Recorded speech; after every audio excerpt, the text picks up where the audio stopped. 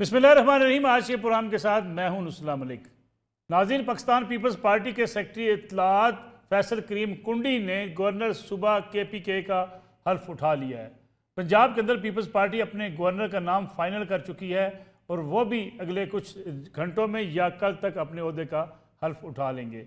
साथ ही साथ ये भी कहा जा रहा है कि पाकिस्तान पीपल्स पार्टी बजट इजलास की मंजूरी के बाद काबीना का हिस्सा बन सकती है, और काबीना का अगर हिस्सा बनती है तो पीपल्स पार्टी का हमेशा से ये मौक़िफ़ रहा है कि 18वीं तरमीम के बाद हुकूमत का साइज़ कम होना चाहिए। कितनी वजारतें दी जाएंगी पाकिस्तान पीपल्स पार्टी को, कौन कौन सी वजारतें मिलेंगी, इस बारे में भी मुख्तलिफ क़ियास आराइयाँ शुरू हो चुकी हैं। दूसरी तरफ गंदम का बहरान, किसान सरापा एहतजाज हैं। किसानों के साथ जो कुछ हुआ उसकी ज़िम्मेदारी किस पर आयद होती है, अभी तक इस बारे में तहकीकात मुकम्मल होना बाकी हैं। लेकिन सियासतदान ब्यूरोक्रेसी पर जिम्मेदारी डालकर और ब्यूरोक्रेसी सियासतदानों पर जिम्मेदारी डालकर अपने आप को बरी ज़िम्मा कर लेती है। लेकिन हकीकत यह है कि पूरे पंजाब के अंदर और पूरे मुल्क के अंदर जिस तरीके से किसानों के साथ सलूक किया जाता है वो नाकाबिले बयान है। बारदाना की बोरियां फ़रोख्त की जाती हैं और जगह जगह से ऐसी इतलात मिल रही हैं कि किस तरीके से सरकारी अफसरान ये किसानों को लूटने में मसरूफ़ हैं। और दूसरी तरफ अगर देखा जाए एक और मामला, वो है पाकिस्तान तहरीक इंसाफ के एहतजाज का। तहरीक इंसाफ अपने ख़िलाफ़ होने वाली कार्रवाइयों और साथ ही साथ इंतखाबात के नताइज को तस्लीम करने से इनकारी है। पाकिस्तान तहरीक इंसाफ मौलाना फजल रहमान साहब के पास गई, उनको साथ मिलाने की कोशिश की, लेकिन मौलाना फजल रहमान ने अब ऐलान कर दिया कि एहतजाज अपना अपना होगा, क्योंकि KPK के वज़ीर आला अली मीन गंडापुर साहब के बयान के बाद मौलाना फजल रहमान को भी सख्त बयान देना पड़ा और उन्होंने कहा कि हमारी तरफ से अब किसी के साथ कोई रब्ता नहीं किया जाएगा। इस सारी सूरत हाल का जायज़ा लेंगे। आज के प्रोग्राम के अंदर मेरे साथ मौजूद हैं पाकिस्तान तहरीक इंसाफ के सीनियर रहनुमा रुकन कौमी असम्बली सनाउल्लाह खान मस्ती खेल साहब। मस्ती खेल साहब, आपका बहुत शुक्रिया प्रोग्राम में वक्त देने का। पीपल्स पार्टी के सीनियर रहनुमा कादर खान बंदो खेल साहब हमारे साथ मौजूद हैं, आज के प्रोग्राम में शरीक गुफ्तगू होंगे, आपका बहुत शुक्रिया। मोहसिन शाह नवाज़ रांझा मुस्लिम लीग नवाज़ के सीनियर रहनुमा, वो भी प्रोग्राम में हमारे साथ मौजूद होंगे।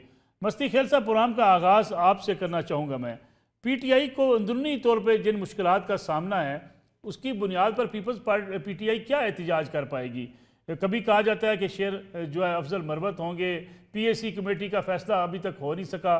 दूसरी तरफ PTI के अंदरूनी इख्तलाफात की खबरें सामने आ रही हैं। ना मौलाना फजल रहमान आपके साथ चलना चाहते हैं, ना विद इन पार्टी आप कोई ऐसा कंसेंसस पैदा कर सके हैं कि जो ओहदे दिए जाते हैं उस पर भी लोगों को एतराज़ होता है। PTI को अपने मुखालफिन के बजाय अपने अंदरूनी मसाइल का सामना ज़्यादा है। बिस्मिल्लाहिर्रहमानिर्रहीम। मैं आपका शुक्रगुजार हूँ नुसला मलिक साहब, आपने मुझे मौका दिया और मदऊ किया। आपने बड़ा इंपॉर्टेंट क्वेश्चन किया है। देखें जी, पाकिस्तान तहरीक इंसाफ इस वक्त मैं समझता हूँ कि पाकिस्तान की सबसे बड़ी जमात है। इस गए गुजरे और मैं समझता हूँ बदतरीन तशद्दुद और ये जो धांधली की गई है फॉर्म 47 की हुकूमत, जिसे मैं रिजेक्टेड हुकूमत कहता हूँ, हम उसको नहीं मानते। अवाम ने उनको मैंडेट नहीं दिया, अवाम ने पाकिस्तान तहरीक इंसाफ को मैंडेट दिया है। अवाम ने हमें इतना वोट दिया है कि मैं समझता हूँ कि मैं अल्फाज में बयान नहीं कर सकता।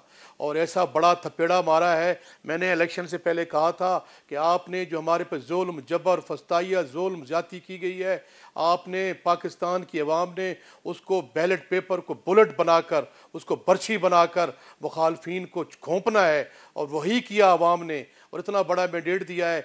इस गए गुजरे जिसको मैं इलेक्शन कहना इलेक्शन की तौहीन समझता हूँ, ये ऑक्शन शुदा हुकूमतें हैं, ये ऑक्शन शुदा ऑक्शन असम्बलीज हैं। उसके बावजूद 6 करोड़ वोट में से 3 करोड़ वोट जो है हमारा मैंडेट छीनने के बावजूद पाकिस्तान तहरीक इंसाफ को मिला है। इसमें कोई शक नहीं है। मैं समझता हूँ कि यहाँ 2 फोर्सेज हैं। एक फोर्स जो है वो इमरान खान है, दूसरी फोर्स जो आपको पता है मलिक साहब के वो कौन है। ये जो पॉलिटिकल पार्टीज हैं ये इररेलेवेंट हो चुकी हैं। और जहाँ तक आपने कहा, आपके सवाल का कि पाकिस्तान तहरीक इंसाफ इतनी बड़ी पार्टी है जो इतना बड़ा उसको मैंडेट मिला है, मैं समझता हूँ कि पाकिस्तान तहरीक इंसाफ को तकरीबन 5.5 करोड़ वोट मिला है जी। हमारा 1.5 करोड़ वोट उन्होंने छीना है, मैंडेट की तौहीन की है, मैंडेट की धज्जियाँ बखेरी हैं। इतनी बड़ी पार्टी में छोटी मोटी इख्तलाफ राय होना ये जमहूरी खासा होता है। हमारी पार्टी बिल्कुल मुत्तहिद है, यूनाइटेड है, एक लीडरशिप के तहत वो काम कर रही है, जिनका नाम है इमरान खान, जो पाकिस्तान तहरीक इंसाफ का बानी है। ये बिल्कुल जो भी मीडिया में या जहाँ पे जो हमारे मुखालफिन ये जो प्रोपेगेंडा कर रहे हैं, जो रवैया पार्लियामेंट के हवाले से आपका 2013 में था, आज भी वही रवैया देखने को मिल रहा है कि आप पार्लियामेंट के अंदर भी बैठे हैं लेकिन कहते हैं जी पार्लियामेंट जो है ये सारी ऑक्शन्ड है। अगर ऑक्शन्ड है तो फिर पीटीआई पार्लियामेंट के अंदर बैठी क्यों है, क्यों ओहदे मांगती है जी पीएसी हमारे पास हो, अपोजिशन लीडर हमारा है, ये चीज़ें फिर करने की ज़रूरत क्या है?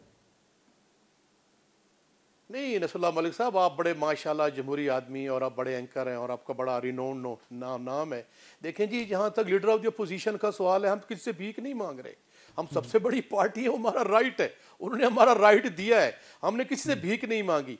रह गया सवाल कि अगर ये समझते हैं कि जो टूटी फूटी जमहूरियत है, तो जो यहाँ पार्लियामेंट्री सिस्टम चल रहा है और पिछले 20 साल से 2002 से ऑनवर्ड जो सिस्टम चल रहा है, या मैं 25-30 साल से जो सिस्टम चल रहा है यहाँ पे पार्लियामेंट का, तो उसमें लीडर ऑफ द अपोजिशन को और अपोजिशन को जो है वो देते हैं, क्या कहते हैं, ये पब्लिक अकाउंट्स कमेटी, ताकि उनका ऑडिट कर सके। तो वो नाम देना हमारा काम है। हम किसका नाम देते हैं, क्यों देते हैं, किस वजह से देते हैं? एक नाम दे के अगर उसको वापस लेते हैं और नाम देते हैं जी हमारा मैंडेट है। किसी को मेरे ख्याल में इसमें ना कोई घबराने की जरूरत है ना और कुछ करने की बात है। बाकी रह गया सवाल कि हम क्या मलिक साहब, हमारा जमहूरी अंदाज में एहतजाज करना ये जुर्म है, ये नाइंसाफी है? ये क्या जमहूरियत हमें हम इस्तेकाक नहीं, हमारा मैंडेट छीना गया है। अब हमने हमें मैंडेट दिया है, हम रोए नहीं, एहतजाज ही न करो, किधर जाए मुझे बताएं। हम तो आज कोप नहीं उठा सकते। ठीक है, मैं वापस आता हूं आपकी तरफ। शरीफ लोग हैं, आपका पॉइंट भी वतन लोग हैं, इनको पाने वाले हैं। कादर खान मंदो खेल साहब, इत्तेहादी हुकूमत को अवामी मसाइल हल करने हैं या पीटीआई से निपटना है? पीटीआई कहती है हमें एहतजाज भी नहीं करने देते, असम्बलियों को वो मानती नहीं है, वो कहती है हमारा मैंडेट चोरी हुआ है। किसी कमीशन पर इत्तेफाक कर लिया जाता ताकि मामला आगे तो बढ़ते, ये मामला फिर 5 साल चलता रहेगा असम्बली के अंदर। मेरे ख्याल में अगर पीटीआई रोने धोने से बाहर आ जाए और एम्पायर की उंगली ढूंढना बंद कर दे, जमहूरी लोगों के साथ, सियासी लोगों के साथ बैठ जाए, तो मुस्तकबिल के लिए बेहतर होगा, बेहतर रास्ता निकल सकते हैं। अगर आप ये कहोगे कि मैंने पीपल्स पार्टी से बात नहीं करनी है, चोर है, डाकू है, नून लीग से नहीं करना है, चोर है, डाकू है, और मौलाना साहब के खिलाफ जो अल्फाज इस्तेमाल करते थे, अचकज़ई साहब के खिलाफ, उनसे बात करनी है।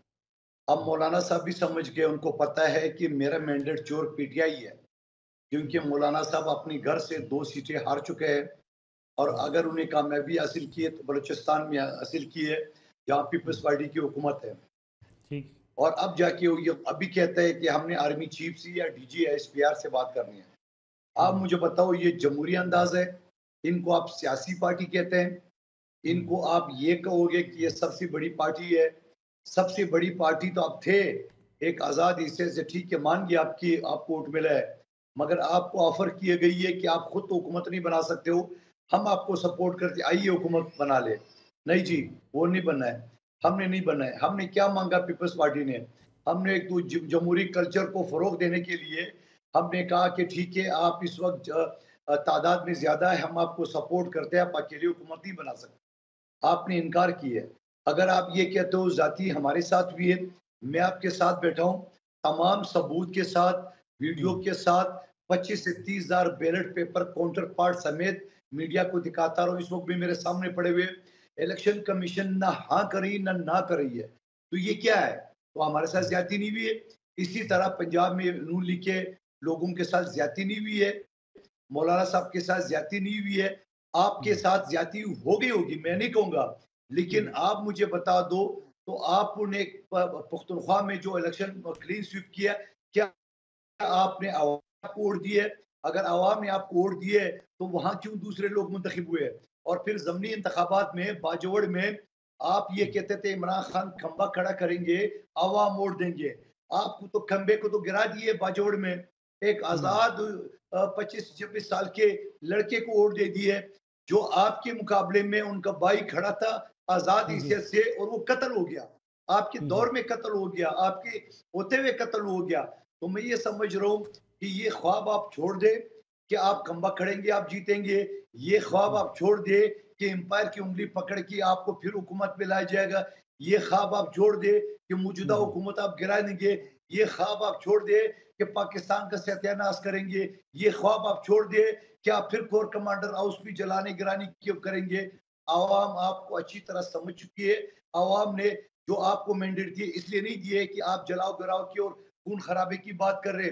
और अगर ठीक यही है। बात करनी है, आप जिन लोगों को आपने उकसाया था, जिन लोगों को दहशतगर्दी पे, पेट्रोल बम पे, जलाओ गिराव पे उकसाया था, कोर कमांडर हाउस पेशावर और लाहौर का, आज उन्हीं के साथ आप बात करें तो वो जो 1 साल से जेल में बंद है, उनको किस चीज की सजा मिल रही है? वो जो इमरान खान साहब का भांजा एहसान नियाजी जो कोर बिल्कुल कमांडर ठीक। की वर्दी बाहर लेके आया, जिसका वालिद अदालतों में रो रहे हैं, वो किस चीज का सजा काट रही है? वो तो आपने उकसाया था। अब आप खुद जाके चोर दरवाजे से इक़्तिदार ढूंढ रहे हो। तो वो जो जेल में खवातीन हज़रात मर्द बैठे हुए 1 साल से, उनका क्या कसूर है? वो आपसे जरूर सवाल करेंगे। आप इस खुशफहमी में नहीं रहे कि आप हुकूमत गिरा के फिर गेट नंबर 4 की तरफ जाके आप हुकूमत हासिल कर लेंगे। आप 5 साल इंतजार कर ले, आप दोबारा इलेक्शन होगा, आपको आवाम ने वोट दे दिए तो आप मुंतखब हो जाएगा, नहीं हो गया तो इसी तनख्वाह पे काम करते रहना।